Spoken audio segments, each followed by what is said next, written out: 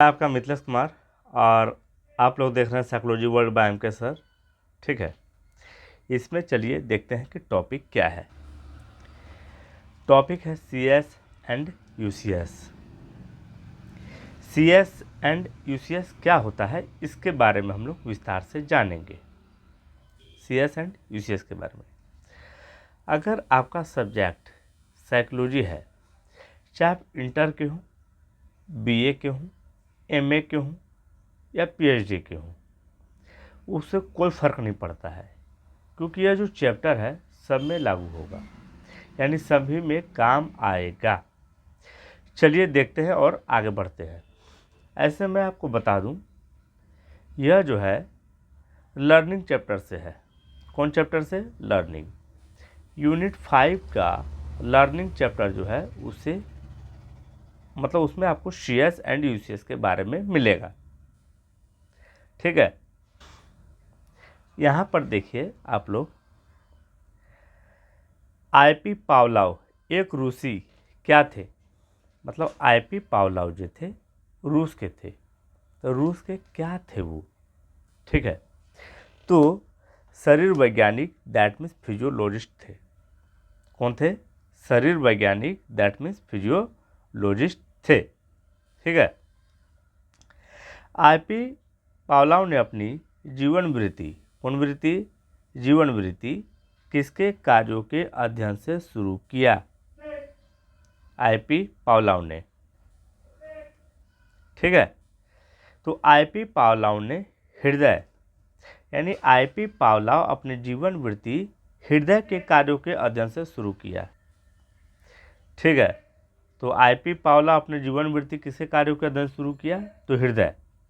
ठीक, जीवन वृत्ति हृदय के कार्यों के अध्ययन से शुरू की, परंतु बाद में उन्होंने विशेष रूप से किस पर अध्ययन किया था हृदय पे शुरू, लेकिन हृदय पे शुरू किया लेकिन उनको सफलता नहीं मिला, तो किस पे चले गए? तो वे चले गए मनुष्य के पाचन क्रिया, दैट मीन्स पाचन क्रिया, दैट मीन्स डाइजेशन का जो समस्या होता है, डाइजेशन पे उन्होंने सर्च किया, अध्ययन किया। ठीक है, और इस पे अध्ययन करके उन्होंने अपना कार्य अध्ययन जारी रखा। क्लियर? पाचन क्रिया दैट मीन्स डाइजेशन के दैहिक दैट मीन्स फिजियोलॉजी का विशेष रूप से अध्ययन के लिए उन्होंने 1904 में यानी 1904 में पुरस्कार दिया गया। ठीक है, पावलोव को पुरस्कार दिया गया 1904 में। तो वह कौन सा पुरस्कार था? तो नोबेल प्राइज था, नोबेल पुरस्कार था। ठीक है, कथा पाचन क्रिया के दैहिकी का विशेष रूप से अध्ययन के लिए उन्होंने 1904 में नोबेल पुरस्कार दिया गया। पर सवाल होता वाई, क्यों? संजोग से, ठीक है ना, इंसिडेंटली पावलोव ने इन अध्ययनों के दौरान लार्मय अनुबंधन, सेलिवरी कंडीशनिंग की घटना दैट मीन्स फेनोमेनन का अध्ययन किया। यानी लार्मा अनुबंधन की घटना का उन्होंने क्या किया? अध्ययन किया, लेकिन इस संजोग से हुआ था, ये जानबूझकर नहीं हुआ था, उसी पे ही नहीं कर रहे थे, वो हार्ट पे जा रहे थे, ठीक है, हृदय पे, पर पाचन क्रिया पर उन्होंने कर दिया, संजोग बस। क्लियर? तो ये लार का अनुबंधन देख रहे थे। ठीक है, इससे संबंधित सीखने के सिद्धांत का भी प्रतिपादन किया, और इसी से व्यक्ति सीखता है, मतलब उसी से संबंधित सिद्धांत का जो प्रतिपादन किया ना, इसीलिए 1904 में नोबेल पुरस्कार दिया गया। अनुबंधित अनुक्रिया सिद्धांत that means condition response theory, ठीक है, कहा जाता है। सही बात है, तो उसको हम लोग देखेंगे। लार्मय अनुबंधन दैट मीन्स सेलिवरी कंडीशनिंग, लार्मय अनुबंधन की घटना दैट मीन्स फेनोमेनन से संबंधित सीखने के एक सिद्धांत, जिसे अनुबंधित अनुक्रिया सिद्धांत कहा जाता है। तो अनुबंधित अनुक्रिया सिद्धांत किसको कहते हैं? तो लार्मय अनुबंधन की जो घटना होती है उसी से संबंधित सीखने के सिद्धांत को ही क्या कहा जाता है? तो उसी से संबंधित सीखने को सिद्धांत को ही अनुबंधित अनुक्रिया that means condition response theory कहा जाता है। वास्तव में लार्मा अनुबंधन का अध्ययन किस वर्ष में प्रारंभ हुआ और किसके द्वारा हुआ था? लार्मा अनुबंधन जो है, सेल्युलर कंडीशनिंग का जो अध्ययन है, किस वर्ष में प्रारंभ हुआ था? वास्तव में, रियलिटी में, सच्चाई में या सचमुच में? किसके द्वारा हुआ था और किसके द्वारा और कब हुआ था? तो इसका जो अध्ययन है ना 1899 में प्रारंभ हुआ था, 1899 में प्रारंभ हुआ था, जब ओल्फसन का पीएचडी शोध, जब ओल्फसन का पीएचडी शोध का जो शीर्षक था, जो टाइटल था, जो नाम था, वो था लार्मय स्त्राव। क्या नाम था? लार्मय स्त्राव। ठीक है, क्या नाम था उसका? लार्मय स्त्राव। ठीक है, का प्रेक्षण, that means observation upon salivary secretion था। यानी 1899 में, इसको थोड़ा पतला कर लें क्या? ठीक है,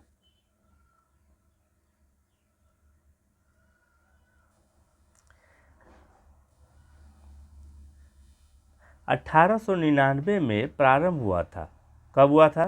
वास्तव में लार्मा अनुबंधन 1899 में प्रारंभ हुआ था, जब ओल्फसन का पीएचडी शोध, जिसका शीर्षक था लार्मय स्त्राव का प्रेक्षण, ठीक है ना, पावलोव के निर्देश पर ही पूरा हुआ था। वो जो पावलोव थे, उन्हीं के निर्देश पे ही पूरा किया गया था। ये क्लियर हो गया? आगे बढ़े। पावलोव ने अपने सीखने के सिद्धांत का आधार किसे माना है? कौन? पावलोव ने अपने सीखने का सिद्धांत का आधार किसे माना है? तो अनुबंधन को, कंडीशनिंग को। कौन? पावलोव ने। किसने और कब कहा अनुबंधन एक ऐसी प्रक्रिया है? कौन बताया और कब बताया कि अनुबंधन एक ऐसी प्रक्रिया है जिसके द्वारा उद्दीपक तथा अनुक्रिया के बीच एक क्या हो जाता है? सहचार स्थापित हो जाता है।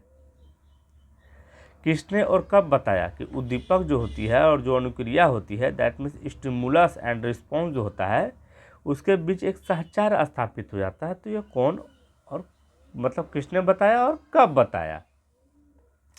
तो यह बताया लेफ्रान कोइश ने।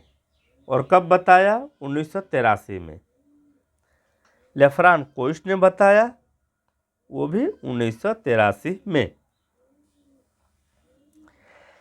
पावलोव थे, सीखने के अनुबंधन सिद्धांत को किस नाम से जाना जाता है? यानी पावलोव का जो सीखने का जो अनुबंधन सिद्धांत है, वो किस नाम से जाना जाता है? तो क्लासिकी अनुबंधन सिद्धांत। कौन? यानी पावलोव का जो सीखने का जो सिद्धांत है, अनुबंधन का जो सिद्धांत है, वो किस किस नाम से जाना जाता है? तो क्लासिकी अनुबंधन सिद्धांत, प्रतिवादी अनुबंधन सिद्धांत, टाइप एस सिद्धांत। कौन है? Type S.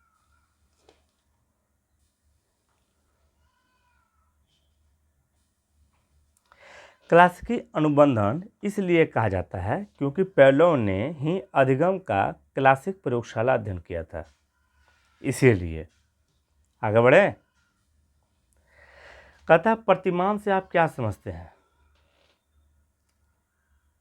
प्रतिमान से आप क्या समझते हैं? क्लियर?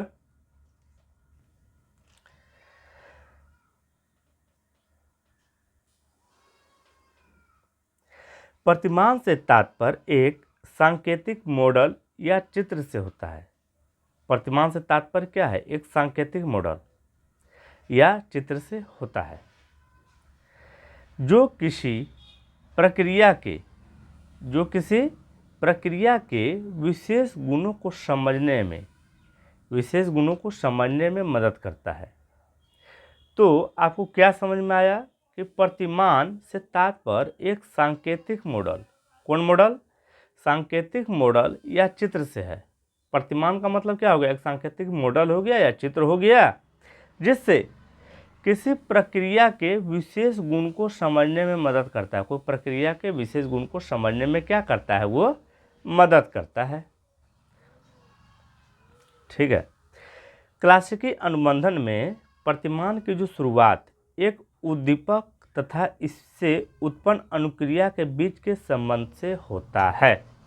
नोट करने वाली बात है कि क्लासिकी अनुबंधन में प्रतिमान की शुरुआत एक उद्दीपक तथा इससे उत्पन्न अनुक्रिया के बीच के संबंध से होता है।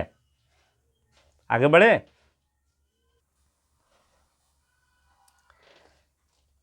पावलोव यानी पेवलोव के अनुसार जब कोई स्वाभाविक एवं उपयुक्त उद्दीपक को, स्वाभाविक नेचुरल एंड उपयुक्त, ठीक है, उद्दीपक दैट मीन स्टिमुलस को जीव के सामने उपस्थित किया जाता है तो वह उसके प्रति एक डैश करता है। फिर से क्वेश्चन समझिएगा। पावलोव के अनुसार जब कोई स्वाभाविक एवं उपयुक्त उद्दीपक को जीव के सामने उपस्थित किया जाता है तो वह उसके प्रति एक डैश करता है। तो क्या करता है? तो एक स्वाभाविक अनुक्रिया करता है, दैट मीन्स नेचुरल रिस्पॉन्स करता है। स्वाभाविक अनुक्रिया को उदाहरण से समझिए। स्वाभाविक अनुक्रिया जैसे गर्म बर्तन को छूते ही हाथ खींच लेना तथा भूखा होने पर भोजन देकर मुंह में लार आना कुछ ऐसी अनुक्रियाओं का उदाहरण है। यानी स्वाभाविक अनुक्रिया हो गया ये सब। यानी जब कोई गर्म बर्तन देखते हैं तो उसको छूते ही हम हाथ खींच लेते हैं, और भूखा मतलब अगर आपको भूख लगा है, ठीक है, तो भोजन देखकर मुंह में लार आ जाएगा। ये सब स्वाभाविक अनुक्रिया के अंतर्गत आता है। ठीक है। जब इस स्वाभाविक एवं उपयुक्त उद्दीपक के ठीक कुछ सेकंड पहले एक दूसरा तटस्थ उद्दीपक बार बार उपस्थित किया जाता है तो कुछ प्रयास के बाद उस तटस्थ उद्दीपक द्वारा ही स्वाभाविक अनुक्रिया यानी लार आना या हाथ खींच लेना, जो सिर्फ एक स्वाभाविक उद्दीपक के प्रति होता है, उत्पन्न होने लगता है। इससे आप क्या समझे? जब किसी को हम खाना दे रहे हैं और जब खाना देने से पहले हम क्या करेंगे? भोजन देने से पहले घंटी बजा देंगे। क्या बजा देंगे? घंटी। जब घंटी बजा देंगे तो एक समय ऐसा आएगा कि सिर्फ घंटी बजा देंगे तो उसका मुंह में लार आ जाएगा। ठीक है, बात समझ आ रहा है आप लोग को? तो वही यहाँ कह रहा है कि स्वाभाविक एवं उपयुक्त उद्दीपक के ठीक, यानी स्वाभाविक उद्दीपक ये हो गया, कुछ सेकंड पहले एक तटस्थ उद्दीपक, दैट मीन्स ये वाला, यानी कंडीशनिंग स्टिमुलस बोल सकते हैं, यानी न्यूट्रल स्टिमुलस बोल सकते हैं, बार बार अगर उपस्थित किया जाता है तो, यानी भोजन देने से पहले बार बार अगर घंटी बजा दिया जाता है तो क्या होता है? अगला व्यक्ति यानी जो भी जीव जंतु है वो जान जाता है कि घंटी बजा भोजन आएगा, तो उसका मुंह लार ऑटोमेटिक आ जाता है बिना भोजन की उपस्थिति का। ठीक है, आगे बढ़े। किसने तटस्थ उद्दीपक दैट मीन्स घंटी, ठीक है, तथा स्वाभाविक अनुक्रिया दैट मीन्स लार आना के बीच स्थापित इस नए सहचार्य को सीखने की संज्ञा दिया है? यानी किसने, एगो चीज आपको और बता देना चाहते हैं, वो भी अभी ही बता देना चाहते हैं। ये हो गया घंटी, ठीक है, ये हो गया भोजन, ठीक है, और यहाँ पे हो गया लार आना कुत्ते के मुंह से। हम यहाँ कुत्ता का बना नहीं रहे हैं।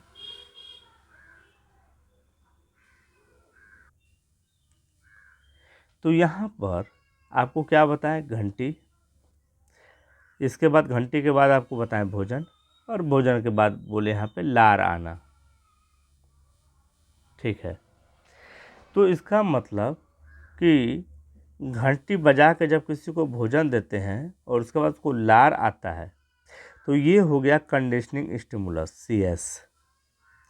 इसको बोलेंगे UCS, यानी अनकंडीशनिंग स्टिमुलस। इसमें कोई कंडीशनिंग नहीं है, जबकि ये कंडीशन है कि घंटी बजाएंगे तभी मिलेगा। और ये हो गया रिस्पॉन्स।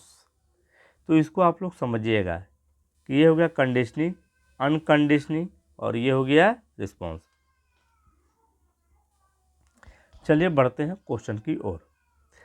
किसने तटस्थ उद्दीपक दैट मीन्स घंटी तथा स्वाभाविक अनुक्रिया दैट मीन्स लार यानी रिस्पॉन्स के बीच स्थापित इस नए सहचार को सीखने की संज्ञा दिया है? किसने दिया है? तो पावलोव ने। ठीक, पावलोव का यह निष्कर्ष था कि यदि तटस्थ उद्दीपक दैट मीन्स न्यूट्रल स्टिमुलस को किसी उपयुक्त या स्वाभाविक उद्दीपक यानी कोई उपयुक्त या स्वाभाविक उद्दीपक के साथ बार बार दिया जाता है तो तटस्थ उद्दीपक के प्रति व्यक्ति वैसे ही अनुक्रिया करना सीख लेता है जैसा कि वह उपयुक्त एवं स्वाभाविक उद्दीपक के प्रति करता है। यानी घंटी अगर देंगे पहले फिर भोजन देंगे, इसका तो लार आएगा ही भोजन देख के, लेकिन जब ज़्यादा समय बीत जाएगा कि हर बार घंटी बजता है फिर भोजन मिलता है तो घंटी से ही वो सीख लेता है। यही पावलोव द्वारा कहा गया था। ठीक है, पावलोव का जो प्रयोग था, एक भूखे कुत्ते को एक ध्वनि नियंत्रित प्रयोगशाला में, ठीक है, जहाँ पे ध्वनि को नियंत्रित किया जा सकता है, वैसे प्रयोगशाला में एक विशेष उपकरण के सहारे खड़ा कर दिया गया और कुत्ते के सामने क्या लाया गया? भोजन। क्या लाया गया? कुत्ते के सामने भोजन लाया गया। और चूंकि कुत्ता भूखा था इसलिए भोजन देखकर उसके मुंह में क्या आ जाता है? उसके मुंह में आ जाता है लार। क्या आ जाता है? लार। कुछ प्रयासों के बाद भोजन देने के 4 या 5 सेकंड लगभग, अर्थात 4 या 500 मिली सेकेंड, 4 या 5 सेकंड या 400 या 500 मिली सेकेंड पहले एक घंटी बजा दिया जाता है भोजन देने से पहले, जो आपको बताया अभी। यह प्रक्रिया ना कुछ दिन तक चला। तब देखा क्या कि घंटी के आवाज़ सुनकर ही क्या आ जाता है? उसका मुंह में लार आ जाता है। ठीक है, आगे बढ़े। कहता स्वाभाविक उद्दीपक दैट मीन्स अनकंडीशनल या अनकंडीशन स्टिमुलस क्या होता है? ठीक है, स्वाभाविक उद्दीपक वैसे उद्दीपक को कहा जाता है जो बिना किसी पूर्व प्रशिक्षण के ही प्राणी में अनुक्रिया उत्पन्न करता है। चावल देंगे तो लार आ जाएगा, उसमें पूर्व प्रशिक्षण की आवश्यकता नहीं है। जैसे पावलोव के प्रयोग में भोजन को एक स्वाभाविक उद्दीपक के रूप में बताया गया है, दिखाया गया है। ठीक है, आगे बढ़े। जो पावलोवियन अनुबंधन था, जो पावलोव का अनुबंधन था, उसके 4 अंग है, 4 कंपोनेंट्स है, उसको 4 भागों में विभाजित किया गया है कंडीशनिंग को। ठीक है, कौन कौन सा कंडीशनिंग है? तो पहला यहाँ पर देखिए स्वाभाविक उद्दीपक। कौन उद्दीपक? पहला है स्वाभाविक उद्दीपक दैट मीन्स यूसीएस। इसके बाद स्वाभाविक अनुक्रिया दैट मीन्स यूसीआर। यहाँ पर देखिए यूसीएस है, यहाँ पर यूसीआर है। उसी तरह नीचे पढ़िए अनुबंधित उद्दीपक that means CS, that means conditioning stimulus, और यहाँ पे हो जाएगा रिस्पॉन्स। क्या हो जाएगा? रिस्पॉन्स, यानी अनुबंधित अनुक्रिया। यहाँ पे स्वाभाविक उद्दीपक, यहाँ स्वाभाविक अनुक्रिया, अनुबंधित उद्दीपक, अनुबंधित अनुक्रिया। ठीक है, तो ये दोनों में क्या है? Unconditioning stimulus, unconditioning response, conditioning stimulus, conditioning response. ये 4 अंगों में विभाजित किया गया है, यानी अनुबंधन को मुख्य 4 अंग का नाम क्या क्या है तो आपको पता चल गया। स्वाभाविक उद्दीपक पहला वाला हम बात कर रहे हैं यहाँ पे, अनकंडीशनिंग स्टिमुलस का बात कर रहे हैं यहाँ पे, यानी अनकंडीशन स्टिमुलस का बात कर रहे हैं यहाँ पर। किसी पूर्व प्रशिक्षण के ही प्राणी में अनुक्रिया उत्पन्न करता है, ठीक है, बिना कोई प्रशिक्षण का। आपको कोई प्रशिक्षण नहीं दिया गया है, इसमें कोई कंडीशन अप्लाई नहीं है, तो ये अनकंडीशन हो गया, ठीक है। जैसे पावलोव के प्रयोग में भोजन एक स्वाभाविक उद्दीपक है, ठीक है, जो अनुक्रिया बिना किसी प्रशिक्षण के ही करता है। क्लियर हो गया। यहाँ पे पावलोवियन अनुबंधन को मुख्य 4 नाम जो दिया गया है, उसे स्वाभाविक उद्दीपक को आपने जान लिया। अब स्वाभाविक अनुक्रिया को आप जान लीजिए कि ये क्या होता है, यानी ख नंबर। स्वाभाविक अनुक्रिया वैसी अनुक्रिया को कहा जाता है जो स्वाभाविक उद्दीपक द्वारा उत्पन्न किया जाता है। जैसे भोजन क्या हो गया, स्वाभाविक उद्दीपक हो गया। अब भोजन को देखकर ही लार आ रहा है तो स्वाभाविक अनुक्रिया हो गया। भोजन नेचुरल हो गया, उसमें कोई कंडीशन अप्लाई नहीं है, ठीक है। अब देखिए यहाँ पे बच्चे जब स्कूल में रहते हैं तो घंटी जब तक नहीं बजेगा ना, तब तक बच्चे स्कूल से बाहर नहीं निकलेंगे। छुट्टी हो गया है या नहीं मानेंगे। तो घंटी क्या हो गया, कंडीशनिंग हो गया, घंटी कंडीशनिंग स्टिमुलस हो गया, ठीक है, कि घंटी बजेगा तब छुट्टी होगा। अब यहाँ पर देखिए स्वाभाविक उद्दीपक क्या हो गया, भोजन हो गया। अब भोजन देख के लार आ रहा है तो स्वाभाविक अनुक्रिया हो गया, यानी रिस्पॉन्स हो गया, ठीक है। आगे बढ़े। 4 अंग में अब 3rd नंबर हम लोग देखेंगे अनुबंधित उद्दीपक के बारे में। इसके बाद घ नंबर में अनुक्रिया के बारे में भी देख लेंगे हम लोग। तो अभी देखेंगे कंडीशनिंग स्टिमुलस या कंडीशन स्टिमुलस क्या होता है।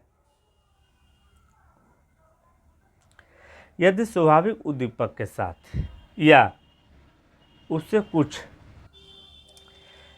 सेकेंड पहले लगातार कुछ प्रयास तक दिया जाता है, यदि स्वाभाविक उद्दीपक के साथ या उससे कुछ पहले, जो घंटे के बारे में बताए थे, कुछ प्रयास में अगर दिया जाता है तो उद्दीपक स्वाभाविक उद्दीपक के समान ही अनुक्रिया करने लगता है।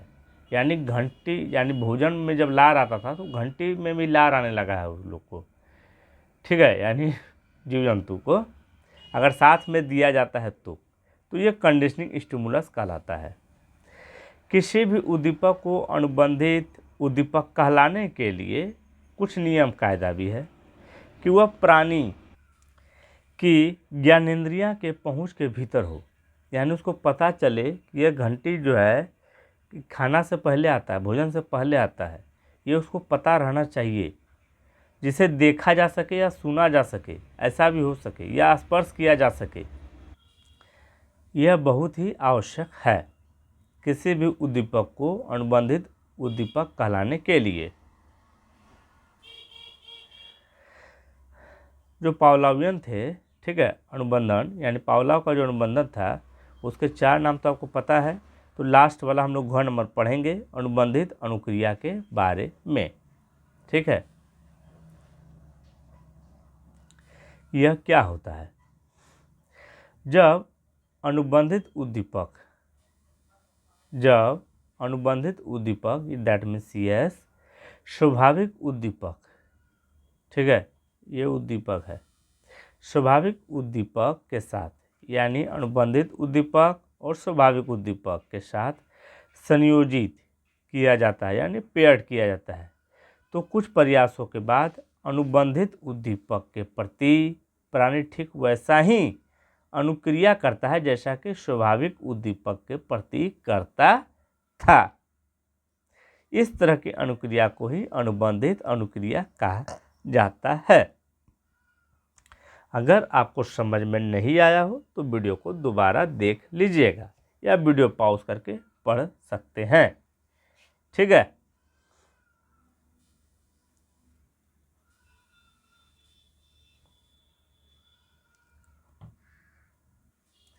पावलोव का जो सिद्धांत था उसमें भेड़ बकरी का भी उपयोग किया गया था, ठीक है।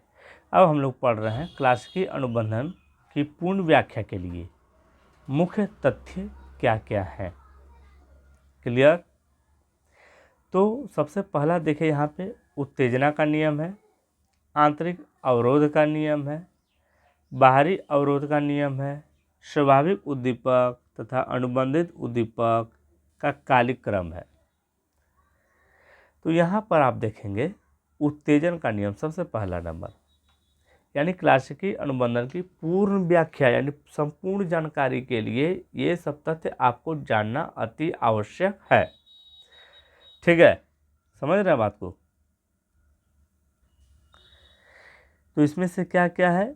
उत्तेजन का नियम, आंतरिक अवरोध का नियम, बाहरी अवरोध का नियम, स्वाभाविक उद्दीपक तथा अनुबंधित उद्दीपक कालिक क्रम, यानी law of excitation, law of internal invitation, law of external invitation और टेम्पोरल के बारे में दिया गया है। चलिए हम लोग बढ़ते हैं और देखते हैं कि 5, 6, 7, 8 में क्या क्या है और ठीक है। तो यहाँ पर देखिए उद्दीपक सामान्यीकरण, यानी अगर आपको क्लासिकी अनुबंधन की पूर्ण व्याख्या के बारे में जानना है तो उद्दीपक सामान्यीकरण क्या होता है ये भी आपको समझना होगा। विभेदन को भी व्याख्या करना होगा यानी समझना होगा, दैट मीन डिस्क्रिमिनेशन। उच्चतर कोटि अनुबंधन को भी आपको समझना होगा, that means higher order conditioning. ठीक है, और विलोपन, स्वतः पुनर्लाभ, व्यवहार, अवरोध, नियम तथा पुनर्अनुबंधन भी आपको समझना होगा। ठीक है, इसके बाद 2 अंतिम और बचे हैं, उनको भी आप देख लीजिए। तो इसके बाद आपको पुनर्बलन, दैट मीन्स रेनफोर्समेंट, और आभासी अनुबंधन को भी आपको समझना होगा। ठीक है, आगे बढ़े। तो सबसे पहला आप देखे थे उत्तेजन का नियम यानी लॉ ऑफ एक्साइटेशन का नियम। ठीक है, देखे थे। तो पहला में यही था उत्तेजन का नियम, तो इसके बारे में हम लोग जिक्र करेंगे, देखेंगे, पढ़ेंगे। यह तटस्थ उद्दीपक, that means CS, that means घंटी को, ठीक है, घंटी दे सकते हैं, टिक टिक का आवाज़ दे सकते हैं या कोई अलग चीज़ दे सकते हैं, को स्वाभाविक उद्दीपक के साथ बार बार उपस्थित किया जाता है, तो ऐसी अवस्था में तटस्थ उद्दीपक प्राणी में एक सामान्य उत्तेजन पैदा कर देता है, प्रारंभ कर देता है। इसे ही कहा जाता है उत्तेजन का नियम। इसे साफ साफ शब्दों में आप समझिए। यदि एक घंटी है और घंटी है, घंटी को क्या किए भोजन के साथ, किसके साथ? भोजन को साथ बार बार उपस्थित करेंगे ना, तो क्या हो जाएगा ऐसी स्थिति में? तो प्राणी जो होते हैं या जीव जंतु होते हैं जिसके साथ ऐसा हम प्रयोग कर रहे हैं, उसमें एक सामान्य उत्तेजना पैदा हो जाता है यानी प्रारंभ हो जाता है। ठीक है, जिसके वजह से बाद में खाली घंटी से ही लार आ जाता है। ठीक है, तो ये हुआ उत्तेजन का नियम। दूसरे शब्दों में यह कहा जा सकता है कि तटस्थ उद्दीपक प्राणी को इस हद तक उत्तेजित कर देता है यानी एक्साइट कर देता है कि वह अनुबंधित अनुक्रिया CR करने के लिए तत्पर हो जाता है यानी कंडीशनिंग रिस्पॉन्स करने के लिए तत्पर हो जाता है, यानी सिर्फ घंटे का आवाज़ से ही रिस्पॉन्स कर लेता है, इतना उत्तेजित हो जाता है। इसे ही कहा जाता है उत्तेजन का नियम, that means law of excitation. ठीक है, इसके बाद हम लोग पढ़ेंगे आंतरिक अवरोध का नियम यानी law of internal inhibition, second number पढ़ेंगे हम लोग। ठीक है,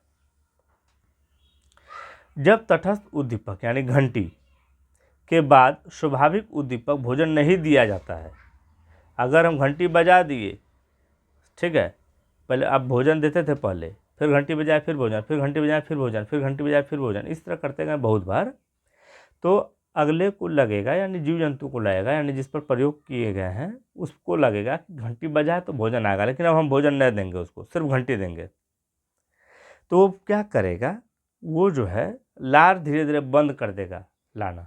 घंटी जब बजेगा तो लार नहीं लाएगा, वो सोचेगा अब नहीं लाएंगे, क्या भोजन तो मिलता है नहीं। तो इसी को कहा जाता है आंतरिक अवरोध का नियम। ठीक है। यानी सीखी गई अनुक्रिया यानी लार का जो स्त्राव होता है, ठीक है, उसका विलोपन होने लगता है, यानी एक्सटिंक्शन होने लगता है, यानी कम होने लगता है, यानी ह्रास होने लगता है। उसी को कहा जाता है आंतरिक अवरोध का नियम। ठीक है, लेकिन पावलोव के अनुसार अगर देखेंगे तो इसको किस तरह बताया गया, आप लोग तो समझ गए होंगे, लेकिन फिर भी थोड़ा डिफाइन करना जरूरी है। घंटी बजने के बाद भोजन के नहीं दिए जाने की परिस्थिति में प्राणी में एक विशेष प्रवृत्ति यानी टेंडेंसी उत्पन्न हो जाती है, जो प्राणी को सीखी गई अनुक्रिया को करने से रोकता है। यानी सीख गया था कि घंटी बजाएंगे तो लार निकालना है, लेकिन वो क्या कर लेता है, उसको ऐसा नहीं है, वो तो रोक लिया, लेकिन प्राणी सीखी अनुक्रिया को भूल तो नहीं जाता है, बल्कि जानबूझकर उसे नहीं करता है। वो भूलता नहीं है कि घंटी बजाएंगे तो वो लार निकालना, वो भूलता नहीं है, वो सीख गया है, लेकिन वो जानबूझकर लार नहीं निकालता है। और यही उसमें ना विशेष प्रवृत्ति जो है उसमें उत्पन्न हो जाती है। इसी को आंतरिक अवरोध का नियम कहा है। ये पूरा डिफाइन कर दिया हमने पावलोव के अनुसार। ठीक है। क्लासिकी अनुबंधन की पूर्ण व्याख्या के लिए जो मुख्य तथ्य है उसमें थर्ड नंबर हम लोग देखेंगे, वो है बाहरी अवरोध। जिस तरह आंतरिक था उसी तरह लगभग में बाहरी भी है। बाहरी है तो बाहर वाला प्रॉब्लम करेगा, ठीक है ना। जब सीखने के दौरान कोई नया उद्दीपक, ठीक है, यानी कंडीशनिंग स्टिमुलस के साथ दिया जाता है तो सीखने की प्रक्रिया धीमी हो जाती है। जैसे क्या हो जाता है, घंटी पहले हम देते थे, घंटी भोजन, घंटी दिए फिर भोजन दिए, घंटी दिए फिर भोजन दिए, घंटी दिए फिर भोजन दिए। लेकिन जब घंटी दे रहे थे उसमें हम टॉर्च जला दिए, लाइट जला दिए, तो वो क्या हो गया, बाहरी अवरोध हो गया, वो डिस्टर्ब कर रहा है उसको। इसी को कहा जाता है बाहरी अवरोध का नियम। और इसके बारे में हाउस्टन ने बताया था 1976 में। ऐसा नहीं है पावलोव ने कुछ नहीं बताया, पावलोव ने भी बताया है, लेकिन हाउस्टन के बारे में ये वाला हम जिक्र कर रहे हैं। ये जो जिक्र कर रहे हैं ये पावलोव हाउस्टन का दिया हुआ है। और हाउस्टन कब दिया था, 1976 में इन्होंने बताया था बाहरी अवरोध के बारे में, जो हमने लिख रखा है।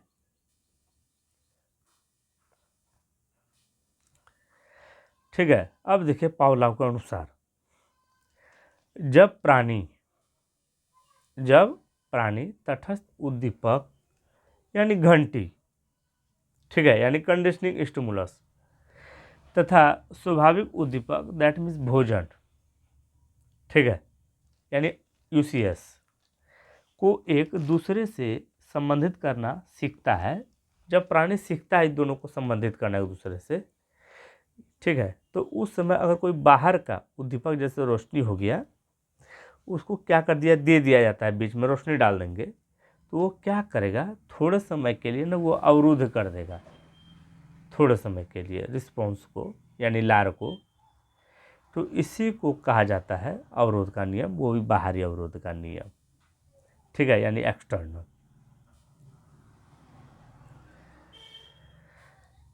अब आ गए हम लोग चौथा नंबर पे, स्वाभाविक उद्दीपक तथा अनुबंधित उद्दीपक का कालिक क्रम। तो आप लोग ना थोड़ा कालिक क्रम पर फोकस कीजिएगा, यानी टेम्पोरल सीक्वेंस पर फोकस कीजिएगा। ठीक है, क्लियर है। सीएस तथा यूसीएस, सीएस तथा यूसीएस का समय अंतराल 5 second that means 500 millisecond होना चाहिए, ठीक है ना। इससे कम या अधिक समय अंतराल रहने से अनुबंधन का होना थोड़ा कठिन हो जाता है। यानी अभी हम घंटी बजाएं और 10 मिनट बाद भोजन देंगे, तो जीव जंतु जिसका पर हम प्रयोग कर रहे हैं वह माइंड सेटअप नहीं कर पाएंगे, ठीक है। तो इसी के बीच में डिफरेंस रहना चाहिए कि अभी हम दिए उसको घंटी, तो 5 सेकंड के बाद उसको हम क्या करें, दे दें, या 5 सेकंड के अंदर जो है भोजन भी दे दें।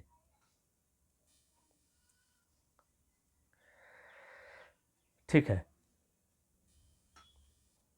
अब यहाँ पर देखिए पावलोव ने क्या कहा, सबसे महत्वपूर्ण कारक जो अनुबंधित अणुक्रिया की शक्ति को जो निर्धारित करती है या करता है उसके बारे में। अनुबंधित उद्दीपक तथा स्वाभाविक उद्दीपक के बीच का समय अंतराल, ये बहुत बड़ी शक्ति होती है जो अनुबंधित अणुक्रिया को निर्धारित करती है। ठीक है, टाइम का जो डिफरेंस होता है इंटरवल का।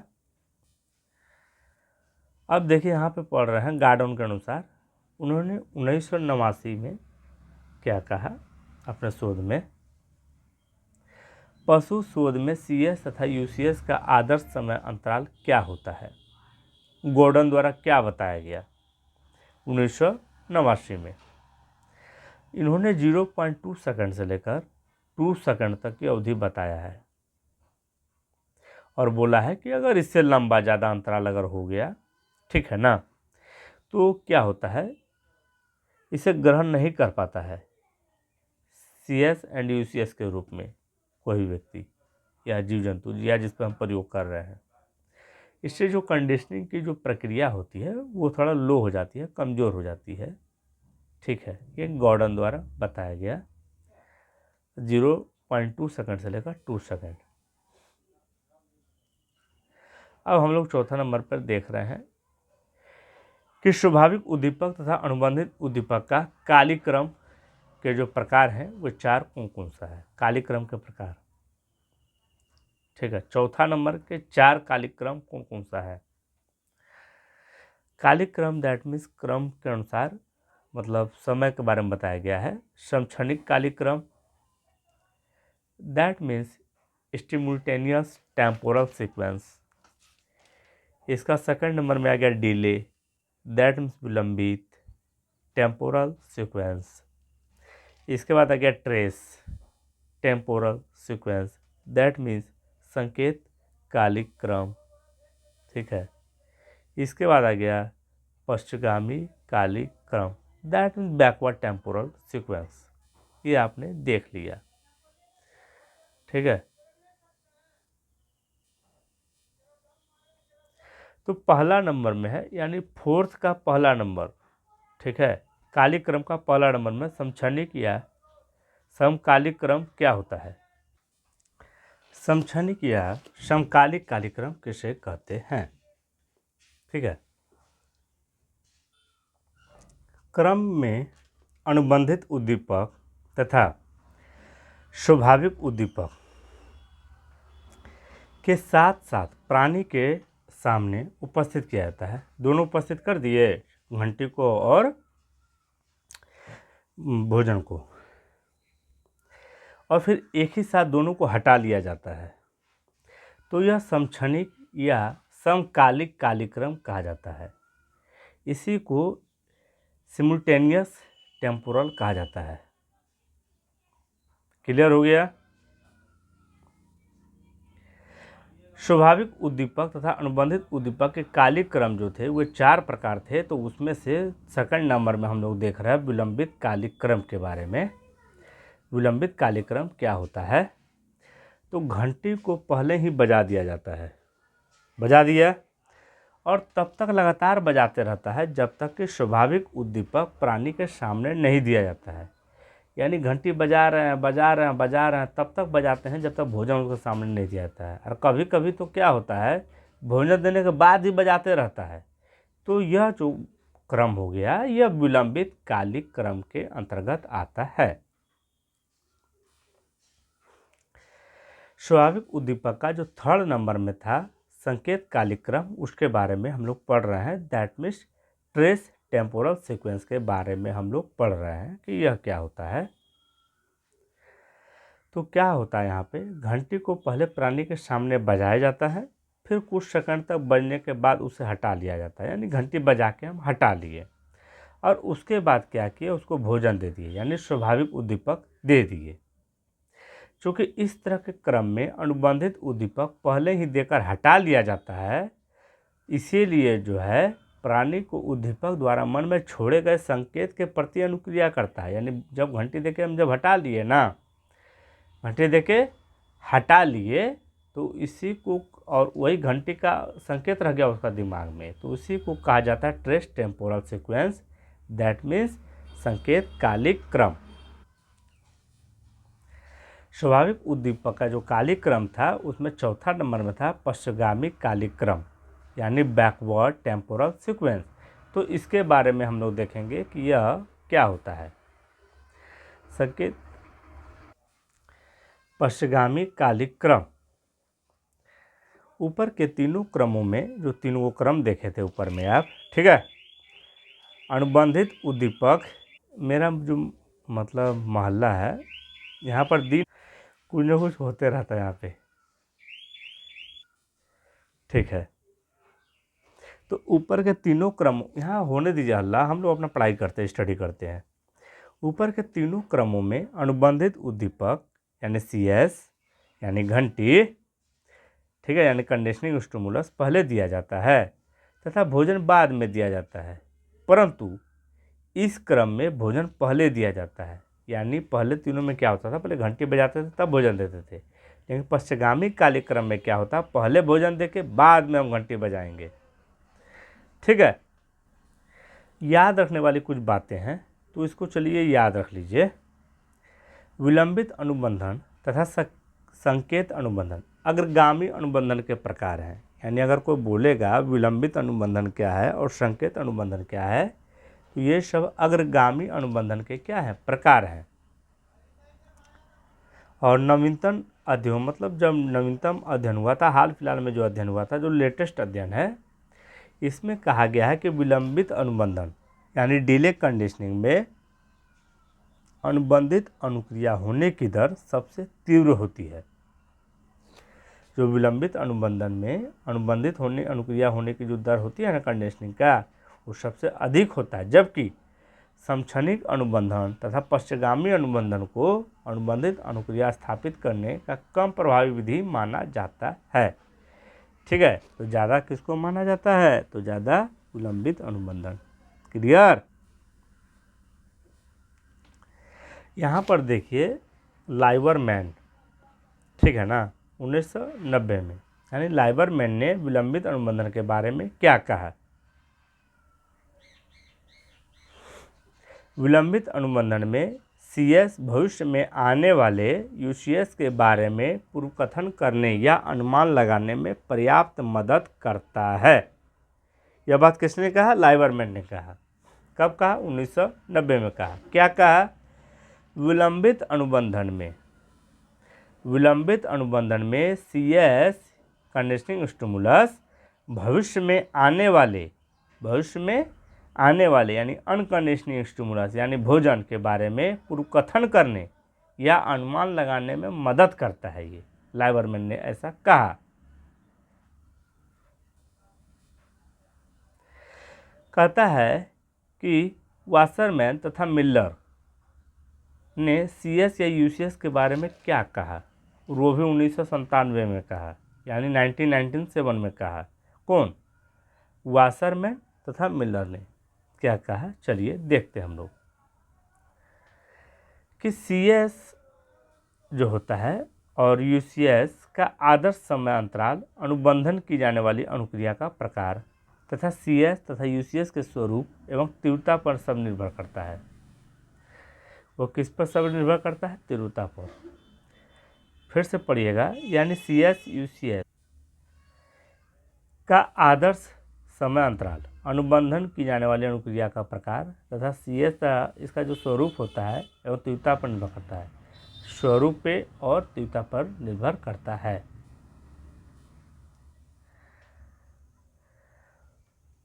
सोलोमन तथा उनके सहयोगी ने CS तथा UCS के बारे में क्या क्या कहा, वो भी कब, 1991 में, ठीक है। क्या कहा, सोलोमन तथा उनके सहयोगी ने 1991 में यह बतलाया कि प्रयोज्य की आयु से भी CS तथा UCS का आदर्श समय अंतराल प्रभावित होता है।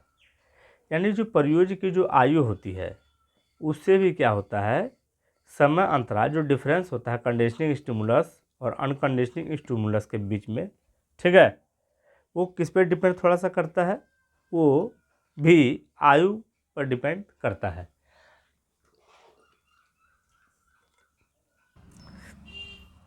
ठीक है। कामिन ने क्या कहा CS एंड UCS के बारे में 1965 में? तो कामिन ने 1965 में CS UCS के बारे में क्या कहा?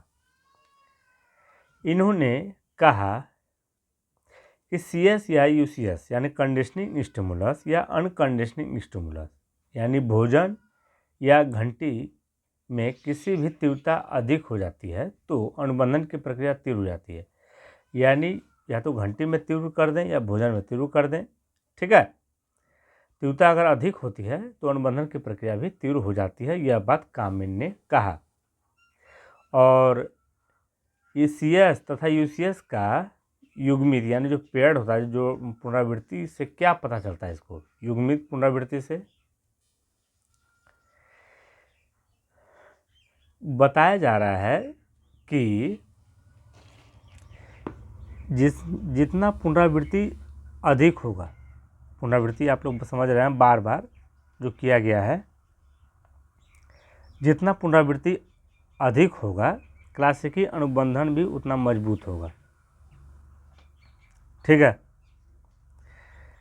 परंतु क्लासिकी अनुबंधन में इस नियम का अपवाद हमें स्वाद विमुक्ता, कौन विमुक्ता, स्वाद विमुक्ता यानी टेस्ट एवर्सियन में या किसी तीव्र आघातजन्य घटना जैसे भूकंप या बलात्कार आदि उद्दीपक घटनाओं से सहचरित सान्वेगिक अनुक्रिया को सीखने में मिलता है, ठीक है।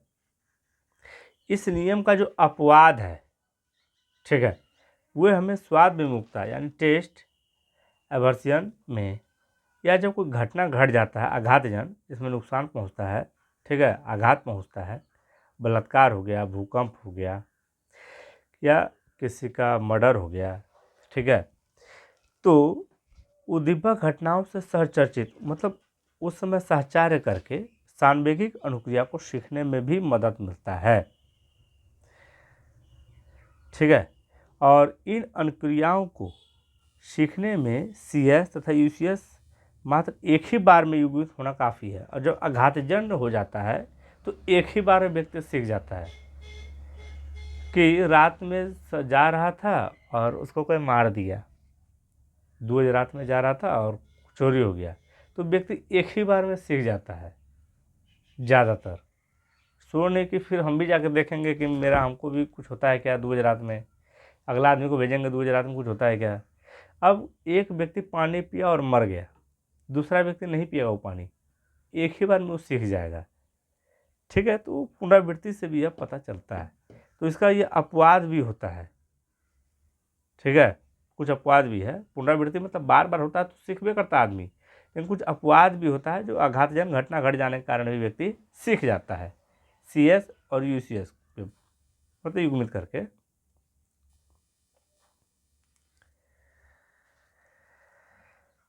और यह जो CS और UCS में स्वाद विमुक्ता के बारे में जो आपने बताया, उसके बारे में किसने किया, कब किया और क्या कहा उसके बारे में, तो गार्गियस तथा कोएलिंग ने 1966 में चूहों पर किया था इसका प्रयोग। कब किया था, चूहा पर किया था। कब किया गया था, 1966 में किया गया था। गार्गियस तथा कोएलिंग ने किया था और बताया कौन चीज कि स्वाद विमुक्ता की अनुक्रिया को सीखना क्लासिकी अनुबंधन के नियमों के विपरीत है, काहे को सब पुनरावृत्ति को दोहराता है और ये तो एक ही बार बोल रहा है। क्लासिकी अनुबंधन की पूर्ण व्याख्या के लिए मुख्य तथ्यों क्या क्या हैं, यानी क्लासिकी अनुबंधन की जो पूर्ण व्याख्या जो होती है उसके तथ्य क्या क्या है। तो उत्तेजन का नियम, आंतरिक अवरोध का नियम, बाहरी अवरोध का नियम, स्वाभाविक अनुबंधता, कालिक्रम का नियम। तो कालिक्रम नियम के बारे में हमने जिक्र कर लिया। तो जब काली क्रम के बारे में जिक्र कर लिया तो अब हम किस में चलेंगे, 5 नंबर में। 4 के बारे में तो सब जिक्र कर लिए, चारों के बारे में जो काली क्रम था। अब हम लोग चलेंगे उद्दीपक सामान्यकरण के बारे में। ठीक है। सीखने के प्रारंभ के प्रयासों में ऐसा देखा गया है कि सिर्फ मूल अनुबंधित उद्दीपक that means original conditioning stimulus के प्रति ही प्राणी अनुक्रिया नहीं करता, बल्कि उससे मिलते जुलते अन्य उद्दीपक के प्रति भी ढीठ ढंग से अनुक्रिया कर देता है। उसे ही उद्दीपक सामान्यकरण की संज्ञा दी जाती है। जैसे हम आपको बता दें, देखिए यहाँ पर आप लोग, कुत्ता को ना घंटी का जो आवाज़ दिया था वो 100 था। कितना मतलब 1000 था, इसको 1000 कर दिया है। तो 1000 साउंड था, हर्ट्ज था। उसको अगर हम 900 अगर देते हैं या 1100 अगर देते हैं उसको, तो भी क्या करता है, वो उसी तरह रिस्पॉन्स करता है, लार उसके मुंह में आ जाता है। तो सामान्यकरण करना सीख जाता है। क्या करना, सामान्यकरण। अभी हम पीछे हाउस्टन के बारे में बताएंगे, उन्होंने भी इसके बारे में बताया है। और हाउस्टन ने 1976 में यानी 1976 में उद्दीपक सामान्यकरण को कैसे परिभाषित किया है, देखिए आप लोग। तो उद्दीपक सामान्यकरण की घटना में किसी एक उद्दीपक के प्रति अनुबंधित अनुक्रिया उसी तरह के दूसरे उद्दीपक से भी उत्पन्न होने लगता है। ठीक है, जो अभी आपको समझाए उसी के समान अगर कोई दे देते हैं उसको स्टिमुलस, तो उसी तरह रिस्पॉन्स भी करने लगता है। उसी को कहता है सामान्यकरण। ठीक है। पावलोव ने 1927 तथा मुरे ने उद्दीपक सामान्यकरण के बारे में क्या बतलाया। हाउस्टन ने बता दिया था कि अगर 1000 अगर हर्ट्ज से अगर हम उसको हर्ट्ज का साउंड देते हैं, घंटी का आवाज़ देते हैं, इसका भोजन देते हैं, तो उसके मुँह में लार आ जाता है। लेकिन अगर 800 हर्ट्ज या 900 हर्ट्ज या 1100 हर्ट्ज या 1200 हर्ट्ज भी अगर साउंड घंटी का आवाज़ देते हैं, तो भी उसके मुंह में लार आ जाता है, वो जान जाता है कि भोजन अब मिलेगा। ये हाउस्टन का कहना था। अब पढ़ रहे हम लोग पावलोव के बारे में कि 1927 में और मुरे ने 1972 में उद्दीपक सामान्यकरण के बारे में क्या बताया। मूल अनुबंधित उद्दीपक दैट मीन्स ओरिजिनल जो है कंडीशनिंग स्टिमुलस अन्य जांच उद्दीपकों के बीच जितना अधिक समानता है, यानी अगर 1000 का अगर हर्ट्ज का अगर साउंड है, अगर हम उसको 950 अगर देंगे तो समानता ज़्यादा हो गया ना, सिमिलरिटी ज़्यादा हो गया ना। तो प्राणी द्वारा जांच उद्दीपक के प्रति की गई अनुक्रिया की शक्ति उतनी ही अधिक होगी। और जैसे अगर 1000 अगर देते हैं, आज दे देंगे हम फिर 700 साउंड हर्ट्ज, 700 हर्ट्ज दे देंगे 1000 के जगह। ठीक है, तो उसमें लार की जो होगा शक्ति वो धीमा हो जाएगा थोड़ा सा। और अगर 1000 हर्ट्ज की जगह अगर 12 हर्ट्ज यानी 1200 अगर दे देते हैं 1000 की जगह हर्ट्ज साउंड भोजन से पहले, तो लार की प्रक्रिया और ज़्यादा हो जाएगा। ऐसा पावलोव और मुरे द्वारा बताया गया। तो पावलोव ने बताया 1927 में और मुरे ने कहा 1972 में।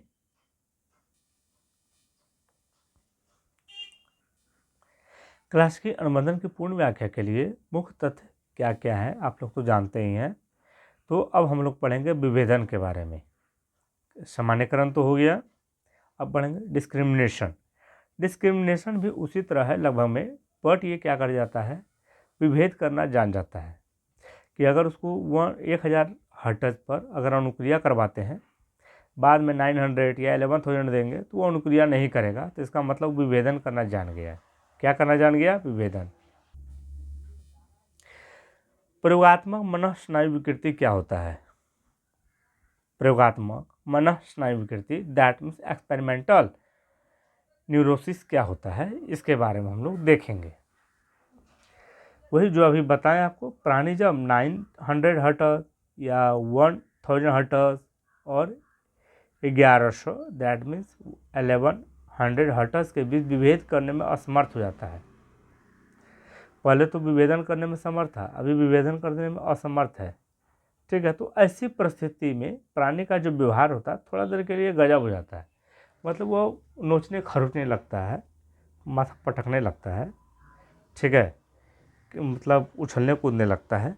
तो इसे ही कहा जाता है एक्सपेरिमेंटल न्यूरोसिस, दैट मीन्स प्रयोगात्मक मनःस्नायु विकृति। इसी को कहा जाता है मनःस्नायु विकृति।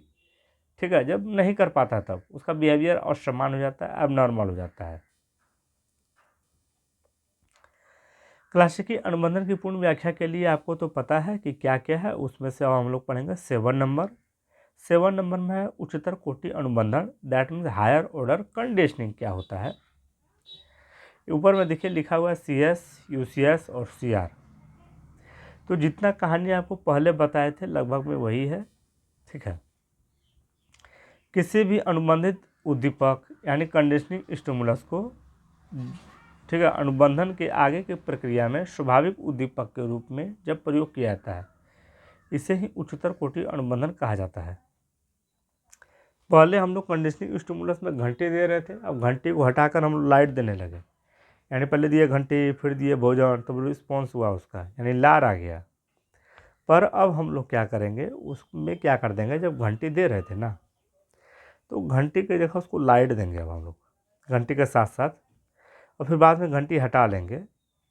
तो लाइट से ही वो क्या करेगा, वो जान जाएगा भोजन हमको मिलेगा, तो लार आने लगता है। ठीक है ना, तो इसे ही कहा जाता है उच्चतर कोटि अनुबंधन, और इसी को ही कहा जाता है द्वितीय कोटि अनुबंधन। यानी उच्चतर बोले या द्वितीय बोले एक ही होता है, आप लोग याद रखिएगा। और यह किसके द्वारा कहा गया था, पावलोव के द्वारा कहा गया था। यानी उच्चतर कोटि अनुबंधन बोले या द्वितीय कोटि अनुबंधन बोले, दोनों सेम ही होता है। मैंने इसके बारे में क्या बताया है, तो सिल्वरमैन ने 1978 में उच्चतर कोटि अनुबंधन, दैट मीन्स द्वितीय कोटि अनुबंधन यानी सेकेंड ऑर्डर कंडीशनिंग के बारे में क्या कहा। कौन, सिल्वरमैन ने। तो इन्होंने कहा उच्चतर कोटि अनुबंधन की सफलता के लिए यह आवश्यक है कि मूल कंडीशनिंग स्टिमुलस तथा UCS यानी अनकंडीशनिंग स्टिमुलस यानी घंटी तथा भोजन को एक साथ या कुछ सेकंड का समय अंतराल देकर बीच बीच में दिया जाना आवश्यक है। ठीक है, अंतराल देकर बीच बीच में दिया जाना आवश्यक है ताकि अनुबंधित अनुक्रिया की शक्ति बनी रहे। ठीक है, बात समझ में आ गया आप लोग को। सिल्वरमैन ने क्या कहा कि उच्चतर कोटि अनुबंधन की सफलता के लिए आवश्यक है कि जैसे घंटी दे दिया उसको, फिर भोजन दिए, ठीक है ना, और फिर उसको लार आ गया, लेकिन हम क्या किए, अब खाली जो है लाइट देना शुरू किए, तो लार तो आ रहा है, कुछ दिन तक लाइट देना शुरू किए घंटी के साथ, तो लार तो आ रहा है, लेकिन जब घंटी बंद कर देगा ना तो बीच बीच में घंटी का आवाज़ फिर देना होगा, नहीं तो वो ख़त्म हो जाएगा लार आना। यह बात किसने बोला, यह बात सिल्वरमैन ने बताया। यह बात किसने बताया, सिल्वरमैन ने। क्लासिकी अनुबंधन की पूर्ण व्याख्या के लिए मुख्य तथ्य क्या क्या है आपको तो पता है। तो 8 नंबर अभी दिया हुआ है, 9 और 10 हमको और पढ़ना है। ठीक है, तो विलोपन, स्वतः पुनर्लाभ, बाहरी अवरोध निवारण और पुनर्अनुबंधन के बारे में हम लोग देखेंगे। प्राणी दैट मीन ऑर्गेनिज्म में अनुबंधन उत्पन्न होने के बाद जब सिर्फ घंटी दिया जाता है, क्या दिया जाता है, घंटी दिया जाता है और भोजन नहीं दिया जाता है, सिर्फ घंटी दे दिया भोजन नहीं दिए, इस प्रक्रिया को लगातार कई प्रयासों तक दोहराया जाता है, तो धीरे धीरे सीखा गया अनुक्रिया की शक्ति कमने लगती है। ठीक है, इसे ही विलोपन कहा जाता है। देखिए ये तो आप समझ गए। अब देखिए इसी तरह ना साटन ने क्या बताया, साटन ने स्वतः पुनर्लाभ को यानी उसके बारे में कहा कि जब एक विलोपन अनुबंधित अनुक्रिया की शक्ति में कुछ समय के बाद आंशिक रूप से पुनर्लाभ होता है तो इसे स्वतः पुनर्लाभ कहा जाता है। विलोपित हो गया, विलोपित होने के बाद, ठीक है, लेकिन कुछ समय बाद अगर हम उसको वैसे करते हैं तो आंशिक रूप से कुछ लाभ होता है, उसी को कहा जाता है स्वतः पुनर्लाभ। विलोपन के बाद समय जितना बड़ा होगा, स्वतः पुनर्लाभ की सीमा तक उतना ही अधिक होता है। ठीक है, ये बात याद रखिएगा आप लोग। आगे बढ़ते हैं। बाहरी अवरोध निवारण किसे कहते हैं, यानी एक्सटर्नल डिसहेबिटेशन किसे कहते हैं, उसके बारे में थोड़ा जान लीजिए। जब प्राणी के सामने कोई तीव्र एवं CS यानी कंडीशनिंग स्टिमुलस से अनुबंधित उद्दीपक जैसे CS आवाज़ को हटाकर तीव्र रोशनी अगर दिया जाता है तो इससे थोड़ी देर के लिए विलोपित अनुक्रिया की शक्ति पुनः लौट आती है। इसे प्रयोगात्मक ने बाहरी अवरोध निवारण भी कहा है। क्या कहा इसे? बाहरी अवरोध निवारण। क्लासिकी अनुबंधन की पूर्ण व्याख्या के लिए जो था 9 नंबर और 10 नंबर लास्ट, तो पुनर्बलन क्या होता है, रिइंफोर्समेंट क्या होता है, उसको हम लोग देखेंगे। भोजन एक प्रकार का पुनर्लाभ है जो कुत्ते को लार स्त्राव की अनुक्रिया करने के लिए प्रेरित करता है। भोजन क्या है? एक प्रकार का पुनर्बलन है जो कुत्ते को लार स्त्राव दैट में सेलिब्रेशन की अनुक्रिया करने के लिए प्रेरित करता है। सचमुच में भोजन यहाँ एक मुख्य पुनर्बलन का उदाहरण है, और भोजन यहाँ पर क्या है? एक मुख्य पुनर्बलन का उदाहरण है, यानी प्राइमरी रिइंफोर्समेंट है। तटस्थ उद्दीपक यानी घंटी जो बोलते थे हम लोग, न्यूट्रल स्टिमुलस, अगर भोजन के साथ साथ बार बार अगर देते हैं, ठीक है, प्राणी के सामने उपस्थित करते हैं, यानी जिसका प्रयोग कर रहे हैं अगर उसके सामने अगर देते हैं तो क्या हो जाता है वैसी परिस्थिति में? तो साफ साफ शब्दों में यह कहा जा सकता है कि तटस्थ उद्दीपक जैसे घंटी अगर बार बार अगर हम देते हैं भोजन के साथ, तो घंटी में भी पुनर्बलन आ जाता है, उसका गुण आ जाता है। ठीक है, अब गोप पुनर्बलन की संज्ञा कब दी जाती है? गोप यानी सेकेंडरी, ठीक है ना, सेकेंडरी रिइंफोर्समेंट की संज्ञा कब दिया जाता है? तो घंटी को बार बार भोजन के साथ संयोजित करने पर, यानी घंटी को जब हम भोजन के सामने संयोजित कर देते हैं, उपस्थित कर देते हैं, तो क्या हो जाता है? तो घंटी बजाते ही उसका मुंह में जो लार आ जाता है, ठीक है, तो घंटी में जो पुनर्बलन का जो गुण आ जाता है, यानी प्राइमरी रिइंफोर्समेंट जो आ जाता है, यही कारण है कि पेवलोव के प्रयोग में कुछ प्रयासों के बाद कुत्ता मात्र घंटी के आवाज़ पर ही लार स्त्राव जो कर देता है, अनुक्रिया जो कर देता है, ठीक है, तो तटस्थ उद्दीपक में मुख्य पुनर्बलन का जो गुण आ जाता है, इसे ही कहा जाता है पुनर्बलन, गोप पुनर्बलन, यानी सेकेंडरी। भोजन हो गया प्राइमरी और वो वाला क्या हो गया? सेकेंडरी। यानी तटस्थ उद्दीपक यानी कंडीशनिंग स्टिमुलस यानी घंटी को गोप पुनर्बलन की संज्ञा दी जाती है। एक तटस्थ उद्दीपक में मुख्य पुनर्बलन का गुण बनाने यानी बनाए रखने के लिए यह आवश्यक है कि बीच बीच में तटस्थ उद्दीपक के साथ साथ मुख्य उद्दीपक भी दिया जाना चाहिए। खाली घंटी बजाएंगे तो अवरोध हो जाएगा, विलोपन हो जाएगा।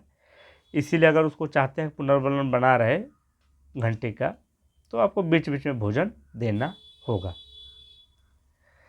क्लासिकी अनुबंधन की पूर्ण व्याख्या के लिए जो तथ्य क्या क्या है, उसमें से आभासी अनुबंधन क्या होता है, ठीक है, उसके बारे में हम लोग देखेंगे।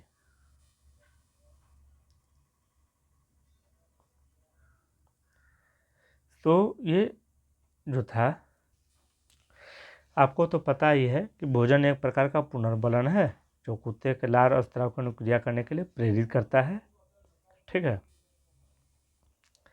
और ये भी आपने देख लिया है कि घंटी को बार बार भोजन के साथ संयोजित कर अगर हम उसको देते हैं, मतलब घंटी को अगर भोजन के साथ साथ देते हैं, तो घंटी जब हम घंटी से बजाने से ही सिर्फ जब रिस्पॉन्स हो जाता है, अनुक्रिया हो जाती है, यानी लार जब आ जाती है, तो घंटी को सेकेंडरी रिइंफोर्समेंट कहा जाता है, यानी गोप। ठीक है। और ये अब हम लोग पढ़ेंगे आभासी अनुबंधन के बारे में, जो 10 नंबर में था और जो लास्ट था। प्रयोगात्मक परिस्थिति में लाने के कुछ समय के बाद, जब प्रयोग जो हम कर रहे हैं और उसी समय अगर हम किसी को प्रयोग में अगर लाते हैं, कोई प्राणी को, और वो पहले भी आ चुका है, अनुभव कर चुका है, ठीक है ना, तो क्या होता है, अनुभव के कारण कुत्ते में अपने आप लार स्राव की अनुक्रिया शुरू हो जाती है, तो इसे एक आभासी अनुबंधन कहा जाता है। अब जैसे हम लोग जाते हैं सैलून में, तो जो सैलून में हमेशा जाते हैं तो उस अपने हिसाब से रिएक्ट करते हैं, जैसे बैठना हो बैठ गए, जैसे वो बोलता है वैसे हम पहले कर लेते हैं, बोलने से पहले, तो वो आभासी अनुबंधन के अंतर्गत आता है। प्रायः आभासी अनुबंधन तब होता है जब प्राणी में सामान्य उत्तेजनशीलता अधिक होती है। जब जनरल एक्साइटेबिलिटी जब अधिक होती है किसी व्यक्ति में, प्राणी में, ठीक है, तभी ही आभासी अनुबंधन होता है, एक्साइटमेंट अधिक होने पर ही।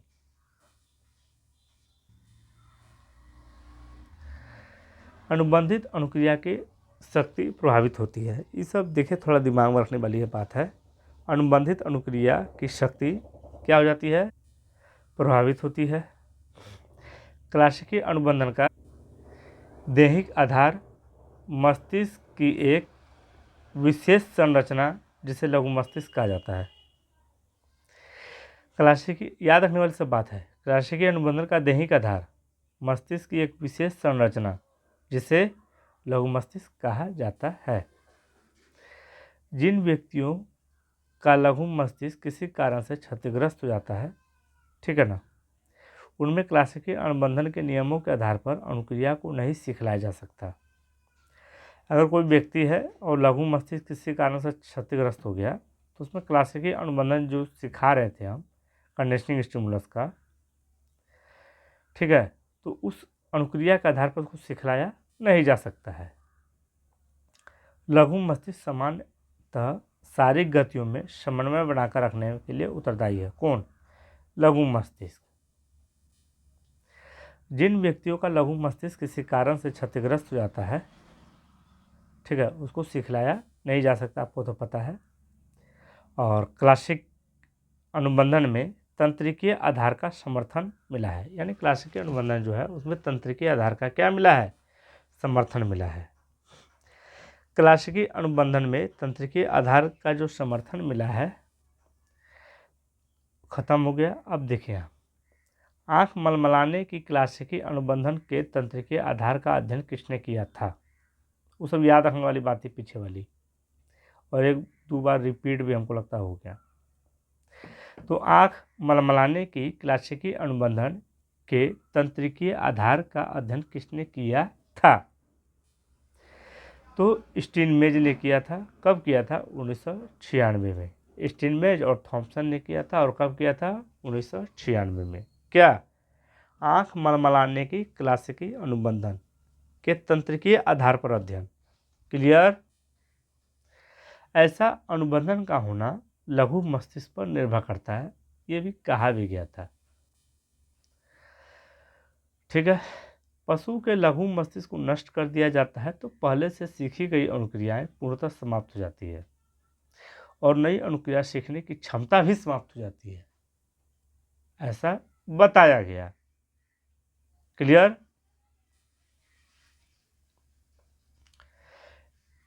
स्टोनमेज ने आंख मलमलाने के अनुबंधन स्थापित के लिए क्या कहा, उसको स्थापना के लिए क्या कहा स्टोनमेज ने 1999 में? आंख मलमलाने की अनुबंधन स्थापित होने में लघु मस्तिष्क के अतिरिक्त हिप्पोकैम्पस, एमिगडाला, मस्तिष्कीय स्तंभ के अन्य क्षेत्र जो लघु मस्तिष्क में या तो सूचनाएं भेजते हैं या उनसे प्राप्त करते हैं से भी नियंत्रित होता है। यह बात स्टोनमेज ने बताया। क्या बताया? कि आंख मलमलाने की आँख मलमलाने की अनुबंधन स्थापित होने में लघु मस्तिष्क के अतिरिक्त हिप्पोकैम्पस, एमिगडाला तथा मस्तिष्कीय स्तंभ के अन्य क्षेत्र जो लघु मस्तिष्क में या तो सूचनाएं भेजते हैं या उनसे प्राप्त करते हैं से नियंत्रित होता है।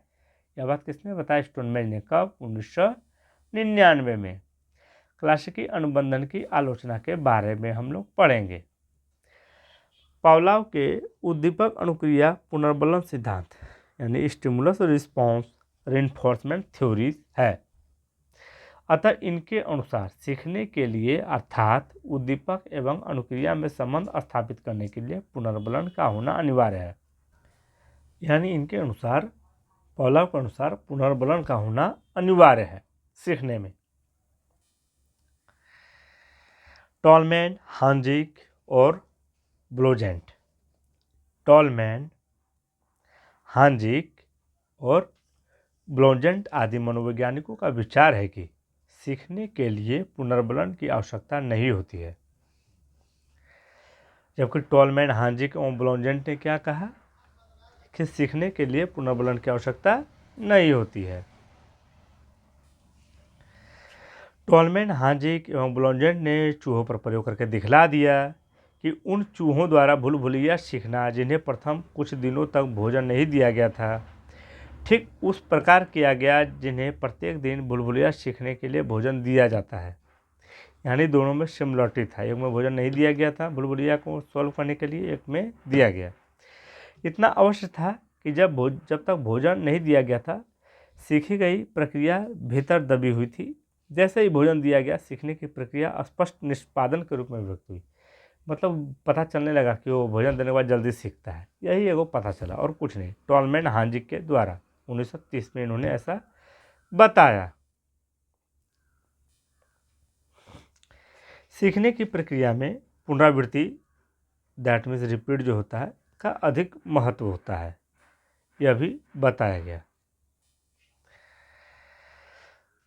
पावलोव के प्रयोग में एक तटस्थ उद्दीपक यानी घंटी तथा स्वाभाविक उद्दीपक यानी भोजन, घंटी और भोजन जो है के साथ साथ कई बार दोहराने के बाद ही कुत्ता घंटी की आवाज़ पर लार पर अपना अनुक्रिया दे पाता है, सीख पाता है नया चीज़। परंतु अक्सर यह देखा गया है कि व्यक्ति के कुछ पल ऐसे भी होते हैं जहां वह मात्र एक ही बार में अनुभूति सीख लेता है। वही जो बताए थे आप लोग को, आघात वाला, आघात की अनुक्रियाएं व्यक्ति जल्दी सीख लेता है। किसी को भेज दो कहीं भी पहले देखते हैं अरे वो मात खा गया तो उस रास्ता से हम लोग नहीं जाते हैं दोबारा। यदि किसी उद्दीपक का हाथ एक गर्म बर्तन पर स्पर्श हो जाता है तो हम लोग भी हाथ नहीं देते हैं, यहाँ हम भी खुद सीख जाते हैं एक ही बार में। इसे पुनरावृत्ति करने की ज़रूरत नहीं होती है। पावलोव के सिद्धांत में प्राणी को एक ऐसे प्रयोगात्मक परिस्थिति में रखा जाता है जहाँ पूर्ण रूप से निष्क्रिय होता है। पावलोव के सिद्धांत में प्राणी को एक ऐसा प्रयोगात्मक परिस्थिति में रखा जाता है जहाँ वो पूर्ण रूप से क्या हो जाता है? निष्क्रिय होता है, यानी पैसिव होता है। ठीक है, ये सब आलोचना का हम पढ़ रहे हैं। पावलोव एक ऐसा उपकरण, मतलब कुत्ता को एक ऐसा उपकरण के सहारे बांधता है पावलोव जिसमें निष्क्रिय भूमिका निभाता है कुत्ता और कुछ नहीं। अगर प्रयोगात्मक परिस्थिति ऐसी होती जिसमें प्राणी सक्रिय होकर घूम फिर पाता है जैसे कुत्ता, और स्किनर बॉक्स में जैसा कि होता है आराम से घूमता फिरता है कुत्ता चूहा, तो वैसी परिस्थिति में सीखने की व्याख्या इतनी यांत्रिक नहीं होती, मतलब इतना यांत्रिक नहीं होता, मैकेनिकल नहीं होता, जितने कि पावलोव ने अपने सिद्धांत में किया है, जो कुत्ता को बांध बूंद दिया है पूरा। तो वैसा न्याय होना चाहिए था, ऐसा मनोवैज्ञानिकों द्वारा बताया गया, क्योंकि वो निष्क्रिय कर देता है कुत्ते को, कुछ कर नहीं पाता अलग से।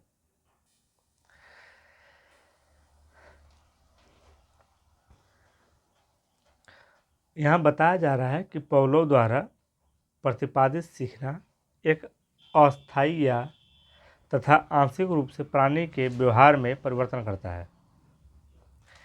ठीक है, कुत्ता घंटी की आवाज़ पर तभी तक लार स्राव करता है जब तक कि घंटी का आवाज़ के बाद उसे भोजन दिया जाता है। जब भोजन मिल जाता है तब लार उन्हें टपकाता है, बंद कर देता है लार टपकाना भोजन मिलने के बाद। ठीक है, और धीरे धीरे बंद हो जाता है।